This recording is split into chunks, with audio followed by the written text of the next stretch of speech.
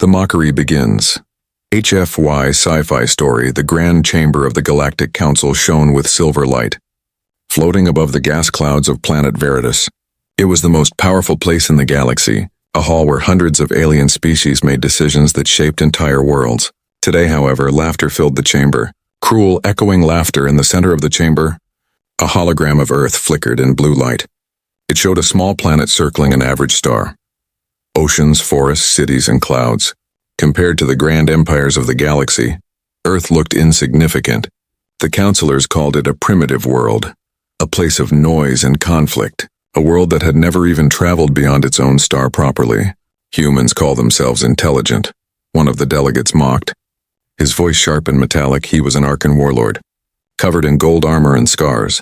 They fight each other more than they build anything useful. Another voice added, high and shrill. They cannot even unify their own nations. Laughter spread through the crowd like fire.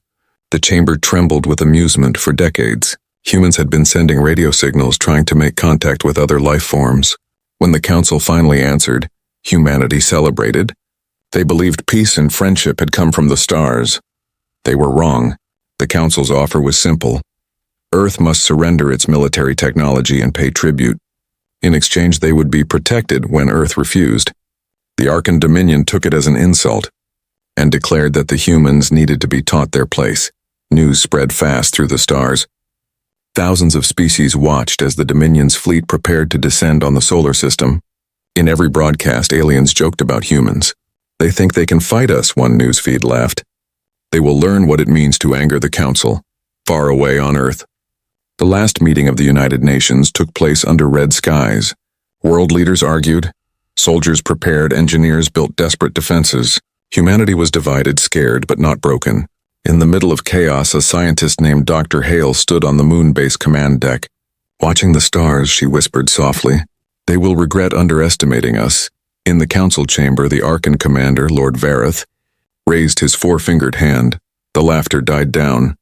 "Let it be known," he declared proudly, "that the human race has refused the kindness of the council." His eyes glowed. "The Dominion shall correct their arrogance," the chamber thundered with approval. Fleet commanders cheered, diplomats clapped their claws, and merchants prepared to profit from the war. Only one voice remained silent, a small alien observer from the Vin species, old and wise. He had seen too many wars. He murmured to himself, "They are laughing now." But humans are different. No one listened. Soon, hundreds of Arkan dreadnoughts launched from their homeworld. Giant ships larger than mountains, glowing engines lighting up the void. Their destination, Earth, the fleet commander smirked. "We will burn their world in one day." Back on Earth, humanity watched the sky. Telescopes showed strange energy readings at the edge of the solar system. Panic filled the air. News anchors tried to calm the people, but fear was spreading faster than light. The governments of Earth gathered their last remaining fleets. Old ships, outdated weapons, but brave hearts. The Galactic Council broadcast the invasion live. For them it was entertainment in every alien bar and station. Crowds cheered as the first Arkan ships arrived. They expected to see humans begging for mercy, but what they saw instead was silence. The human transmission stopped. Not a single signal, not a single word. Deep scanners showed energy buildups around the moon and Mars. Strange heat patterns and shield-like distortions. "They are hiding," one alien said. "They are afraid." But the Arkan Admiral frowned. His instincts warned him something was wrong. The first wave of the invasion began. Beams of plasma rained on the planet. Shields flickered. Cities exploded in fire. The oceans boiled, and yet, amid the destruction, something strange happened. A pulse of light shot from Earth's surface straight into space. Invisible to most sensors, but strong enough to reach deep into the void. The Council's monitors caught it. A coded signal, strange and rhythmic. Alien translators tried to decode it, but failed. Only one short message appeared clearly before the signal vanished. "We are not done." For a moment, the laughter stopped. The counselors looked at each other, confused. The Arkan Admiral ignored it and continued his attack. Earth burned, but as he watched the flames from orbit, he saw another light behind the moon. A vast structure awakening, glowing with blue fire. "What is that?" one of his officers shouted. The Admiral zoomed in, his heart sank. The readings showed something impossible. An ancient human installation, dormant for centuries, now fully active. Before they could react, the moon base fired a massive electromagnetic burst, cutting through communication channels across the entire invasion fleet. Thousands of ships went dark, drifting silently. The Arcan Admiral screamed, "What have they done?" In the Galactic Council chamber, chaos spread. Communications from the Arcan fleet were lost, and the laughter turned into whispers. Someone asked, "Could the humans be fighting back?" But the council leader only shook his head. "Impossible," he said, trying to sound confident. "They are finished." But deep in the silence of the solar system, the signal from Earth pulsed again. Stronger this time, moving beyond the stars, calling to something ancient, something waiting. And for the first time in 1,000 years, the galaxy felt fear. The Fall of Earth. HFY Sci-Fi Story. The night sky above Earth glowed red. The stars were hidden behind clouds of burning dust. Ships burned like falling comets. Crashing into oceans and cities, the invasion had begun, and humanity stood on the edge of extinction. From orbit, the Arcan fleet commander, Lord Vareth, watched the chaos with cold satisfaction. "They should have bowed when they had the chance," he said, his golden armor reflecting the flames of Earth below. On his command, hundreds of plasma lances fired again, striking what was left of human defenses down below. Soldiers in tattered uniforms fought on broken streets. Tanks rolled over ashes. Drones exploded in the air. Yet humanity did not surrender. From every ruined base, signals went out, not of fear, but of warning. In a bunker beneath the ruins of New Geneva, the human command network was still alive. General Rhea stood before a cracked holomap, showing red markers spreading across the continents. "We are losing ground," her officer whispered. "But we're buying time," she replied, her voice steady. "They will come too close, and then we strike far away, hidden beyond the asteroid belt." The last surviving human research station, codename Erebus, received a final transmission from Earth. The message was short, encrypted, and full of static. But one phrase repeated clearly: "Activate the Phoenix Protocol." Inside the station, scientists and AI systems worked in silence. Massive reactors hummed. Deep within, the cryovaults opened, revealing ancient data cores. One of the scientists whispered, "This is it." The last key, she pressed the command, and a network of hidden satellites across the solar system began to glow faintly, invisible to most sensors. Meanwhile, the Galactic Council broadcast the invasion as entertainment. Across hundreds of worlds, aliens gathered in halls and bars, laughing, cheering, and mocking the humans. "So much noise for such a small species," one said. "They believed they could stand against us," another replied. But not everyone was laughing in the crowd of alien spectators. An old Vin scholar watched in silence, his eyes full of sorrow. "You fools," he muttered. "You don't understand them." He had studied humanity for centuries. He had read their history. He knew that humans did not break. They adapted. Back in orbit, Lord Vareth's ship, the Sovereign Flame, detected strange energy readings from Earth's poles. "Sir, we are detecting multiple energy spikes," his officer reported. "Some kind of deep core activation." Vareth smirked. "They are only delaying their end," he said. "Continue the bombardment," but something began to shift. The oceans trembled, magnetic storms surged, and the moon itself began to glow faintly. The human scientist Dr. Hale watched from her command deck on the lunar base, her hands shaking. "It's working," she whispered. "They thought we were weak." The Phoenix Protocol had awakened something hidden. Old human AIs built during the earliest days of the space age, machines designed to survive even the death of the species. One by one, ancient orbital weapons came online, their systems old but functional, targeting programs activated. Within minutes, the Arcan fleet's sensors were flooded with ghost readings. False signatures and hacking signals. Confusion spread among their ships. "We're being jammed," shouted one officer. "I can't read our own coordinates," another yelled. Then came the counterattack. Beams of concentrated energy shot from Earth's orbit, striking one of the Arcan cruisers. The blast tore through its hull like paper. A second ship exploded moments later. The humans were fighting back. Lord Vareth's calm expression shattered. "Impossible," he roared. "They cannot breach our shields." His eyes widened as the data came in. Those weren't human missiles. They were solar-based kinetic projectiles. Using the planet's own gravity as a weapon, the Council's communication lines exploded with noise. "What is happening? Are the humans winning? Why is the fleet losing power?" Panic spread faster than light. But humanity's strength wasn't enough. Not yet. The Arkan fleet was too large, too advanced for every alien ship destroyed. 10 more descended. Cities vanished under plasma fire. Continents split open. The moon base lost power after launching its final strike. Dr. Hale stood among the trembling metal walls, whispering, "Forgive us." Earth, before the explosion, swallowed everything. The next day, silence fell. Earth was a dying world, its surface cracked, its oceans black, and yet, deep below the crust, a pulse still beat. The AI systems of Erebus transmitted one final message through subspace. Escaping beyond the solar system, the Council declared victory. Their fleets paraded through the stars. Songs were written about the cleansing of the savage world, but the Vin scholar shook his head as he watched the news. "You call it victory," he whispered, "but you have only written your doom." Because somewhere beyond the Kuiper Belt, humanity's last station powered up. Its engines, old but powerful, had vanished into deep space, carrying the ashes, memories, and vengeance of an entire species. And far beyond the galactic rim, ancient machines began to respond to the human signal, their lights flickering one by one, as if something old had finally awakened. The galaxy thought Earth had fallen, but in truth humanity had only gone silent, waiting, watching, preparing, and when they returned, the stars themselves would tremble. The long silence, HFY Sci-Fi Story, decades passed, and the galaxy moved on. The Council declared the human race extinct. The official record said Earth was now an empty rock, covered in ash and frozen oceans. Trade ships sometimes passed near the Sol system, but no one dared to land. They said the radiation storms would melt their ships. Others whispered of strange lights that flickered near the moon. The Arkans celebrated their victory.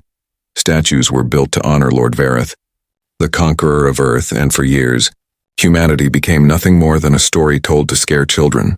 "Obey the Council," alien parents would say, "or the humans will return from the dark," and everyone laughed. But in the quiet corners of space, something had changed. The human signal that once reached the stars had never stopped. It had only gone deeper. It bounced between dying satellites, through black holes and dead systems, until it found listeners out on the edge of the Perseus Arm. A Vren mining ship drifted past a derelict structure, its hull covered in ancient Terran metal. "Captain," the crewman said, "this thing shouldn't be here." It looked like a station, old and silent, with symbols no one could read. The crew entered cautiously, lights flickering, air stale. But one room still had power.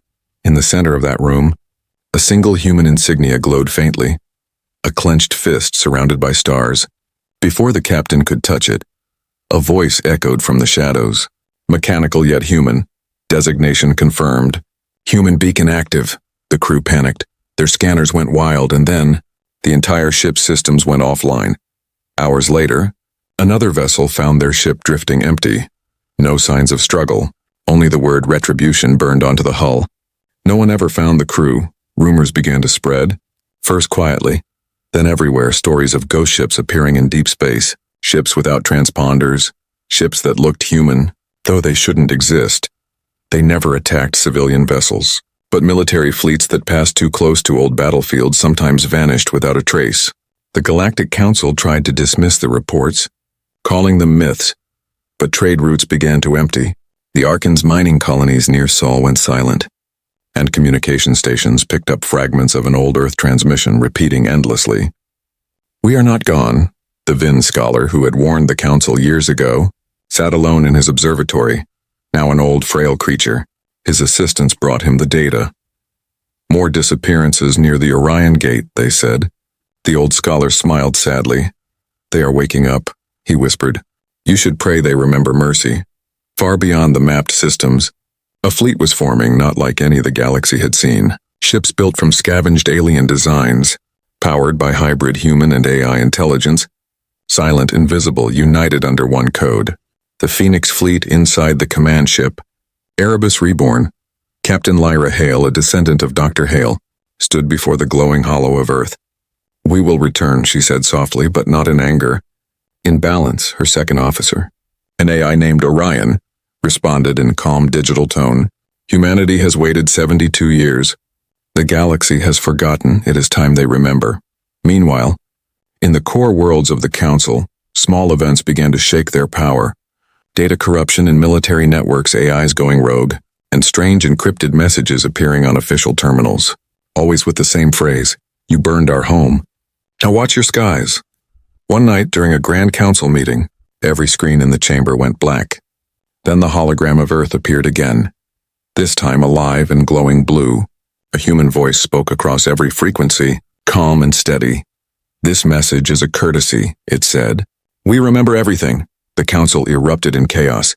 Leaders shouted, some demanded retaliation, others begged to open peace talks. Lord Vareth, now old and bitter, slammed his metallic fist on the table. "They are dead," he growled. "Just tricks of data," but deep down, fear crept into his heart in distant space. The Erebus Reborn moved through the darkness like a shadow, its engine silent, its hull covered with stealth plating. No one saw it pass, but every time it did, alien war stations lost power for hours, and fleets that once called themselves invincible disappeared from sensors forever. The long silence of humanity was ending, and the galaxy began to feel the chill of something ancient returning.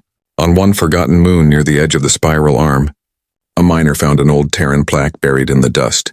It said only 5 words carved into the metal by hand. "We are watching the stars." He laughed at first, thinking it was a joke. But that night, when he looked up at the sky, he saw a light move silently between the stars. Faster, sharper, alive, and somewhere in the void. Captain Lyra whispered, "For every laugh, for every scar, we will answer," as her ship vanished into hyperspace, carrying the silence of humanity's vengeance with it. The galaxy had forgotten fear, but soon it would remember. The first retaliation, HFY Sci-Fi Story. For years, the stories of human ghosts drifted through the galaxy. Most called them lies, but the laughter began to fade when fleets started vanishing. Trade routes went dark and entire colonies were found empty. It started small, a patrol here, a cargo ship there. But then came the Helix Nebula incident, and everything changed. The Helix Nebula was beautiful, a swirl of blue gas that glowed like a jewel. It was also home to an Arkan military outpost. 5 dreadnoughts, 20 escort ships, and 1,000 soldiers. Lord Vareth himself had built it after conquering Earth. He called it his shield of pride. On the 73rd year after Earth's fall, the outpost detected a small object entering its perimeter. No transponder, no ID, moving slowly. The defense grid activated instantly. Alarms blared. "Unidentified vessel detected," the operator shouted. "Size class unknown," the commander laughed. Probably another smuggler, but the object kept coming. When the scanners focused on it, the entire control room went silent. The object was shaped like an old Terran battleship. Black metal scarred, but moving with perfect control. "That's impossible," the commander whispered. "Humans never had ships this large." Seconds later, every screen on the outpost flickered, and a human voice filled the air. "This is Retributor 1, it said, calm and cold. "For the crimes against Earth, judgment begins." Before anyone could react, the stars lit up. The unknown ship fired once, just once. A beam of pure light cut through space like a sword. Every Arkan ship split in half. Their shields never activated, their systems simply froze. The station's power failed, and then silence. A single transmission escaped before the outpost vanished. It played across open channels, repeating endlessly. "They have returned." The council convened within the hour. Panic flooded the chamber. Footage from the Helix Nebula played on the main holo, ships breaking apart without explosions, as if the universe itself rejected them. Scientists studied the recordings and found something horrifying. The weapon didn't use plasma or energy. It bent gravity itself, folding space around its target until the matter collapsed. A weapon beyond their understanding. Lord Vareth slammed his claws into the table. "Find them," he ordered. "I want that human ship destroyed." Fleets were dispatched. Scouts sent to every rim sector, but wherever they went, the Retributor was already gone. Over the next months, reports came from every corner of the galaxy. An Arkan convoy disappeared near the Crimson Reach. A mercenary fleet was found drifting without power, and the words "We remember" were burned into the hulls. The message was clear: this was not war. This was punishment. On the human flagship Erebus Reborn, Captain Lyra Hale watched the intercepted transmissions. Her face calm, her eyes cold. "They still mock us," she said softly. "Then let them witness." Her AI officer Orion processed new data. Target Arkan High Command, distance 12 parsecs. "Fleet readiness 86%, Lyra nodded. "Good, begin Operation Echo." Moments later, A fleet of 12 human warships jumped into hyperspace. No bright flash, no sound, only shadows sliding through the void. Their hulls carried fragments of old human cities melted into armor. Their names engraved: New York, Tokyo, Cairo, Luna's Pride, echoes of a world that once burned. Meanwhile, in the Council's inner circle, fear spread like infection. The delegates argued. How can extinct humans strike? Is this AI revolt? Should we open peace talks? But no one agreed. The council leader shouted, "We cannot negotiate with ghosts." His voice trembled. Then came the broadcast. Every world, every screen, every ship received the same message at the same time. "This is not revenge, this is balance," a human voice said, low and heavy. "For every child you burned, we burn no cities, we erase empires." In the following days, 10 Arcan planets lost power, satellites fell, and orbital defenses turned against their owners. No deaths were reported, no invasions, only silence. Humanity had struck and vanished, leaving ruins of pride behind. The galaxy tried to respond. Fleets were formed, hunters sent. But every time they thought they found the retributor, it was already waiting, predicting their moves, hacking their systems, turning their own ships against them. It was as if the humans knew every secret, every weakness. In truth, they did. The Erebus reborn carried within it the combined memory of old Earth. Millions of digital minds merged with human survivors, a unity no alien race could imagine. They were no longer just people. They were legacy. They were the voice of a dead world. In the council chambers, the Vin scholar spoke once more, his frail voice breaking the silence. "You are not fighting humans," he said quietly. "You are fighting everything they ever were." But his warning was ignored again. On the edge of known space, the Retributor's fleet gathered near a dying star. Their engines quiet, their lights dimmed. Captain Lyra looked at the burning sun and whispered, "This is only the beginning." Behind her, hundreds of silent ships awaited her command, each one carrying the crest of Earth, the fist of defiance. When they vanished into hyperspace, no sensors detected them. Only the faint echo of their final transmission spread across the stars. "You thought the silence meant surrender," the message said. "You were wrong." And as the galaxy trembled, one truth became clear. Humanity had returned, and this time, they would not stop until every empire that laughed at them remembered fear.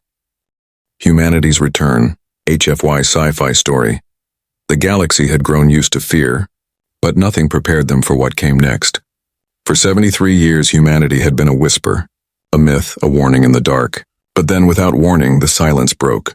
It began when the sky over the capital world of the Arcan Dominion turned black, not from clouds, but from ships. Thousands of them. No transponder codes, no alliance markings, just a single emblem glowing in white, an open hand holding a broken chain. The symbol of human defiance. Panic spread across the planet. Alarms wailed, fleets scrambled, but it was already too late. The first broadcast came seconds later, filling every screen, every communication line, every mind connected to the network. "This is humanity," the voice said. "Calm and steady. You burned our world, but we endured. You erased our name, but you could not erase our will. We are not here to destroy. We are here to remind." The words carried through every system, even those beyond council control. And then the feed shifted, showing images of Earth, rebuilt cities under silver domes. Blue oceans returned, forests growing again. The planet was alive, reborn from fire. Inside the council chamber, chaos exploded. Leaders shouted, "Impossible! Earth was dead," others whispered. How could they rebuild in secret? But deep down, everyone knew. Humans had always done the impossible. Lord Vareth, now scarred and old, stood in disbelief. "It cannot be," he muttered. But when the next transmission came, his blood turned cold. The screen showed a massive human ship emerging from warp, larger than any dreadnought ever built. Its hull black as night, its surface covered with glowing lines of blue energy. The computer identified it as Super Dreadnought Retributor Prime, a vessel powered by hybrid quantum cores and gravity drives, its weapons unreadable by alien sensors. "Open fire!" Vareth screamed. The Arcan fleets obeyed. Hundreds of plasma beams shot toward the lone human ship. But before the blasts could reach it, space itself bent. The beams curved away, fading into nothing. Seconds later, every alien weapon went silent, their systems fried. Then the Retributor Prime spoke. Not through sound, but through thought, its AI voice echoing inside every mind. "You wanted war, but war has changed. The ship fired once. A pulse of invisible energy spread outward, disabling every Arkan system in a radius of 2 light years. Their fleets drifted helplessly. Engines cold, crews terrified. Meanwhile, across the galaxy, similar events unfolded. Human fleets appeared near Council worlds, not attacking, only disabling. Shutting down weapons, cutting power, forcing silence. No one died. But every empire understood. The humans could destroy them at any moment, and chose not to. On the human command bridge, Captain Lyra Hale stood tall, her eyes fixed on the stars. "Make them see," she said. Her AI Orion responded. "Transmission ready." The holo displays came alive with live feeds from across the galaxy, showing the once arrogant races now powerless. Lyra spoke again, her voice echoing everywhere. "We do not seek revenge, we seek remembrance. The galaxy will not laugh at Earth again, but it will learn respect." Millions watched in silence. From the smallest mining moon to the grandest council hall, alien children who once learned of humans as savages now looked up in awe, wondering how such a small species could stand against the galaxy itself. The Arkan Dominion's capital burned, not from bombs, but from panic. Riots broke out, and within hours, the empire that once ruled half the stars collapsed. Lord Vareth fled his palace, his pride broken, his name cursed by his own people. He escaped into deep space, hiding among asteroid fields. There he sent one last message to the council, his voice shaking. "They are not human anymore," he said. "They are something beyond us," but humanity was not done. Fleets continued appearing, spreading through forgotten sectors, reactivating ancient stations, restoring lost colonies, helping smaller species rebuild. Wherever the Retributor Prime passed, it left food, medicine, and power for those in need. The message was clear. Humanity had returned not as conquerors, but as balance. They punished the cruel and protected the weak, and soon, species that once mocked Earth now begged for alliance. In the council hall, the Vin scholar smiled faintly as he watched the final broadcast. "You see," he whispered, "they came not with fire, but with truth." The last image shown to the galaxy was simple. A human child standing under the bright blue sky of a healed Earth, holding a flag that read, "We endured." Then the transmission faded, leaving silence across the stars. For the first time in 10,000 years, the galaxy bowed not to power but to respect. And in that silence, humanity's voice whispered softly across every world. "We were the ones you mocked, we were the ones you burned, but now, we are the ones who will guide you." The return of Earth was not the end, it was the beginning of a new era, one forged from ashes, pain, and unstoppable will. And as the Retributor Prime vanished into the void, its engines lighting the dark, the galaxy finally understood. You can destroy a planet, but you can never destroy humanity. The Council's collapse. HFY Sci-Fi Story. The Galactic Council had stood for over 10,000 years, an empire of empires, its laws shaping the destiny of 1,000 worlds. But after humanity's return, the heart of that mighty structure began to crack. Every day brought new chaos, messages of surrender from once proud rulers, rebellions on core worlds, and fleets refusing orders. The great unity that had mocked Earth was now tearing itself apart. The council hall on Veritas, once a place of pride, had become a fortress of fear. Armed guards filled the corridors, lights flickered, communication lines jammed, and rumors spread that the humans were coming. Council leader Torvek, a tall crystalline being, slammed his shimmering hands onto the table. "This cannot be allowed," he shouted. "A primitive world cannot control the galaxy." His words echoed across the room. But even his voice trembled. A Vin delegate replied calmly, "They are not primitive anymore. They are something else." Others nodded, too afraid to speak, because everyone knew the truth. No weapon could touch the humans now, and no system could hide from their gaze.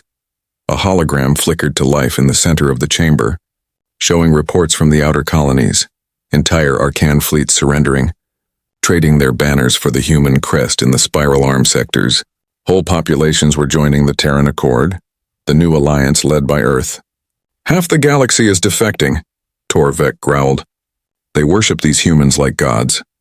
"They don't worship them," the Vin delegate replied softly. "They trust them."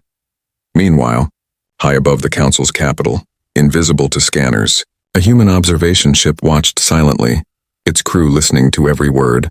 "They are breaking faster than predicted," the AI officer said. "Shall we proceed with Operation Dawn?"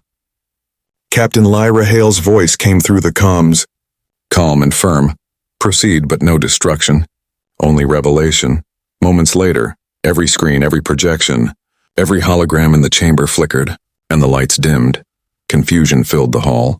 "What is happening?" shouted Torvik. "Security. Report." But the guards froze as a symbol appeared on the main display, a blue earth surrounded by stars. Then came the voice, familiar and human. "This is not invasion, this is truth," the voice said. "Your council built its power on lies, on control and on fear. We do not destroy civilizations. We show them what you hid." Suddenly the chamber's walls came alive with light, showing recordings, archives long buried, images of the council's hidden crimes, planets stripped for resources, species erased for rebellion, even the bombing of Earth shown in full detail. Not as a war, but as a massacre. Delegates gasped, some screamed, others turned away. The truth was unbearable. Torvik shouted in rage, "This is manipulation, human trickery." But his voice was drowned out by the cries of others. "You lied to us. You said Earth attacked first, you told us it was justice." Chaos spread. Some delegates pulled out weapons, others fled. The chamber descended into madness outside. The people of Veritas saw the same broadcast in their skies. The truth played across every world, and soon protests erupted. Billions demanding the council's resignation. Banners of rebellion filled the streets. In orbit, the human ship remained still, its transmission complete. "Phase 1 successful," Orion reported. "Council structure collapsing." Captain Lyra Hale stood at the bridge window, looking down at the glowing planet. "Then let them choose," she whispered. "Fear or freedom?" Back in the chamber, Torvik called for reinforcements. "Seal the exits," he ordered. "We will rebuild." But it was too late. Explosions rocked the outer walls.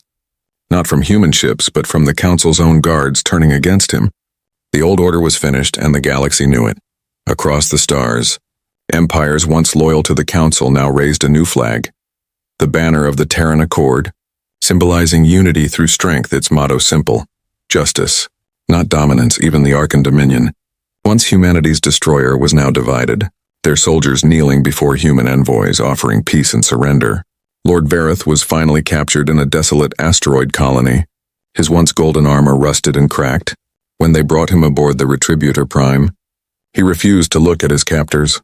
"Do what you must," he said bitterly, but the human officer simply replied, "You already did," and walked away, leaving him alone with his shame. In the aftermath, the council officially dissolved, its archives released, its wealth redistributed, and its members scattered.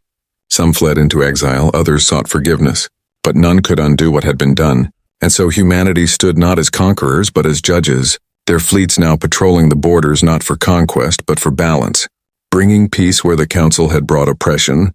In the final broadcast, sent across the entire galactic network, Captain Lyra's voice spoke once more, calm and strong. "The age of empires has ended," she said. "The age of humanity has begun, not through blood, but through truth." Her words echoed through the stars, reaching even the smallest outposts and forgotten colonies, and in that silence, the galaxy finally understood. The humans had not returned for revenge. They had returned to rebuild what the council had broken. And so the old order crumbled, its proud halls turning to dust, while humanity rose from the ashes of their own extinction. Stronger than ever, the council had ruled with arrogance, but the Terrans ruled with memory, and memory never forgets. The pride shattered. HFY Sci-Fi Story. The Galactic Council was gone. Its banners burned, its leaders scattered, and yet across the stars silence reigned. Worlds once filled with noise and arrogance now whispered the same name. Earth, from the ashes of the old order. A new alliance had risen, the Terran Accord, a unity of free species who no longer bowed to fear. Their fleets patrolled the star lanes, not as conquerors but as guardians, bringing aid, rebuilding cities and protecting the weak. Humanity had become what the Council pretended to be, the keepers of peace, but the scars of the past still remained. Deep within the galaxy's heart, on Veritas Prime, the ruined home of the Council, the Grand Chamber lay in ruins. Broken glass and shattered thrones littered the floor, and there, for the first time, a human ship descended onto the planet's surface. The Retributor Prime, humanity's mightiest vessel, lowered itself through the clouds, its engines humming softly like thunder in prayer. When it landed, the air around it shimmered, and the dust settled, revealing a crowd of thousands, representatives. Soldiers, civilians, all waiting, trembling, hoping. The ship's ramp opened slowly, light pouring out like dawn, and Captain Lyra Hale stepped forward. Dressed not in armor but in plain white, no weapons. Only a single emblem on her chest, the symbol of Earth. She walked through the ruins of the chamber where the galaxy once laughed at her ancestors, her boots echoing against marble floors once polished with arrogance. At the far end of the hall stood the last of the old leaders, the once proud Torvek, the last council head now dim and cracked, his crystalline body dull from shame. "You have won," he said bitterly, his voice shaking. "Is that why you came to watch us kneel?" Lyra looked at him, her expression calm, her eyes steady. "No," she said softly. "We came so you could stand again." Confusion rippled through the crowd, murmurs spread. "Stand again?" they whispered. Lyra raised her voice, her words carrying across the ruins. "Humanity does not seek vengeance," she said. "We came to end the cycle you began. We came to remind the galaxy that strength is not cruelty, that mercy is not weakness." Behind her, a giant hologram flickered to life, showing images of Earth. Blue skies, green forests, cities rebuilt, children laughing under sunlight. "This," she continued, "is what you tried to erase, and yet it lives. Because hope cannot be conquered." Torvek trembled, his glassy eyes dim. "And what of us?" he asked. "What becomes of those who followed lies?" Lyra walked closer, her voice soft as wind. "You remember," she said. "That is your punishment and your freedom. Remember what pride cost you. Remember the laughter. And remember the silence that followed." The hall fell quiet. The only sound was the hum of the ship outside. Then, from among the crowd, a young alien stepped forward, a child from the Vin species, his eyes wide and shimmering. He looked up at Lyra and asked, "Will humans protect us now?" Lyra smiled gently. "No," she said. "We will walk beside you, but you must protect yourselves. Never again allow pride to blind you. Never again mock what you do not understand." She turned to the audience, her voice rising with fire. "You feared us because you saw what we are capable of. But the truth is, we feared you first. We feared what your arrogance could do to others. And so we became what we had to become." The words echoed like thunder. And in that moment, every being present understood. Humanity's war was never about revenge, it was about balance. About reminding creation that even the smallest world could hold the strongest will. Outside, the sky began to clear, the clouds parting to reveal the stars. Countless and bright. For the first time in centuries, the galaxy looked up without fear. Lyra raised her hand, activating a transmission beacon, her final message broadcasting across every system, every planet, every mind. "This is Earth," her voice said, steady and calm. "We have returned not to rule but to remind. We are the children of a world that burned, and from that fire we built light. Never again shall laughter be built on suffering. Never again shall arrogance stand above compassion. Remember that we endured, and so can you." Her words reached the farthest colonies, the forgotten outposts, even the deep void where wrecked fleets drifted forever. And as her message faded, silence fell once more. Not the silence of fear, but of peace. Torvek fell to his knees, not from defeat, but from understanding. Tears of crystal fell to the ground, and he whispered, "We laughed at them once. Now we follow them." Lyra turned away, her figure outlined by the rising sun, and as she walked back toward the Retributor Prime, the crowd began to bow. Not from fear, but from respect. When the ship lifted off, its engines roared softly, scattering the dust and ashes of the old era into the wind, and in that wind, the galaxy heard one final echo, a voice carried from the depths of space. "Never laugh at Earth again." The stars shone brighter that night, as if the universe itself remembered, and in that quiet, endless sky, humanity's legacy burned eternal.